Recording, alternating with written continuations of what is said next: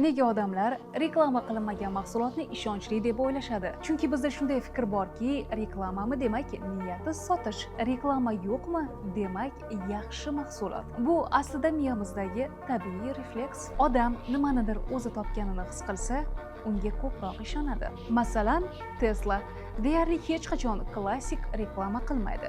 Yokida billboard, TV rolik yoki bannerda ko'rganmisiz, lekin baribir hamma Tesla haqida gapiradi. Nimaga? Chunki ularning eng katta reklama vositasi odamlarning o'zi. Bu word of mouth marketing, ya'ni og'zaki ishonch degan nomni beradi. Sizga do'stingiz bir mahsulotni tavsiya qilsa ishonasiz.